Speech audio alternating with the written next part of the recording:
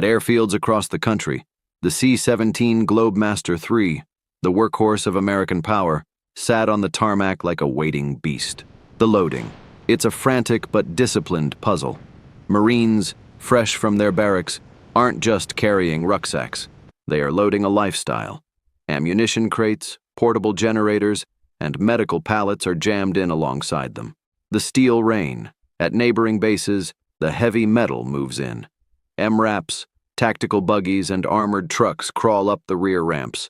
These aircraft are flying warehouses, designed to turn a desert floor into a fully functional combat hub in under an hour. The razor's edge, the fighter squadrons. While the heavies handle the muscle, the fighter wings handle the teeth. The inspection. Mechanics move like surgeons. Avionics, radar, and every inch of wiring are scrutinized under high-intensity hangar lights. In a high-stakes air campaign, a single loose connection is a death sentence. The payload. Guided bombs and air-to-air missiles are locked onto pylons. Engine covers come off, fuel tanks are topped to the brim, and the screaming of jet engines begins to dominate the flight line. These jets aren't just flying. They are preparing for a marathon of sustained violence. The point of no return.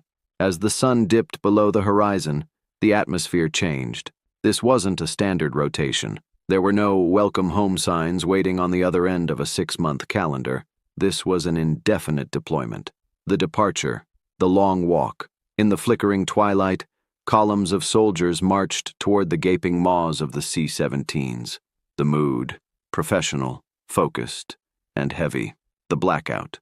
One by one, the massive ramps hissed shut. The sound of heavy hydraulics sealing the pressurized cabins marked the end of domestic life.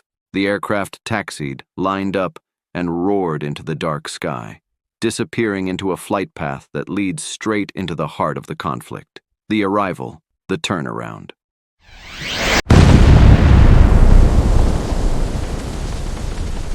Touchdown in the Middle East isn't the end. It's the reset, the surge. The ramps drop while the engines are still cooling. Soldiers file out into the heat. Vehicles are unchained and driven straight onto the sand. Forklifts tear pallets out of the hold. The loop. There is no rest for the air crews. These C-17s are on a conveyor belt schedule. As soon as the cargo is out, they are airborne again, heading back to the States to pick up the next wave. The moment the wheels touched the desert tarmac, the mission shifted from transit to sustained power. For the soldiers stepping off those C-17s, the dry, heavy heat was the first sign that the comforts of home were now a world away. The accelerated unload. The C-17s don't just land, they exhale. The surge. Ramps hit the concrete, and the human cargo files out. There's no dawdling. Vehicles are unchained before the echoes of the engines have even faded. The logistics loop. Forklifts weave through the chaos like iron insects, snatching pallets of gear and disappearing into the base. This is a hot turnaround.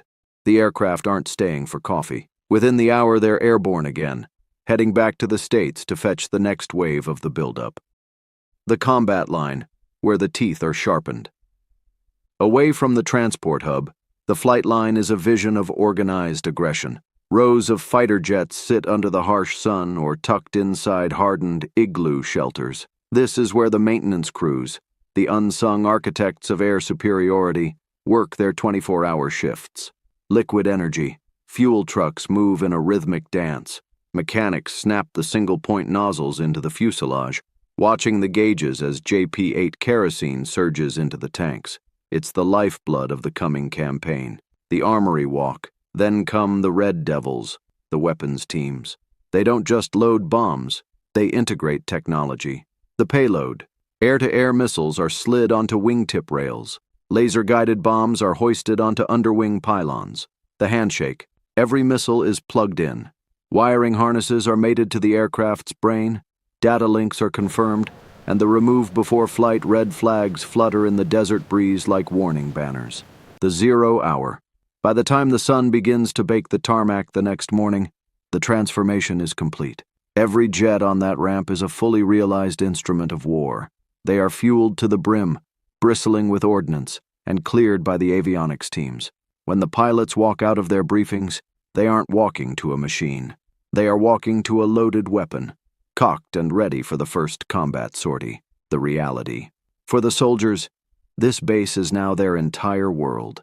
There are no return dates, no end of the tour parties on the horizon.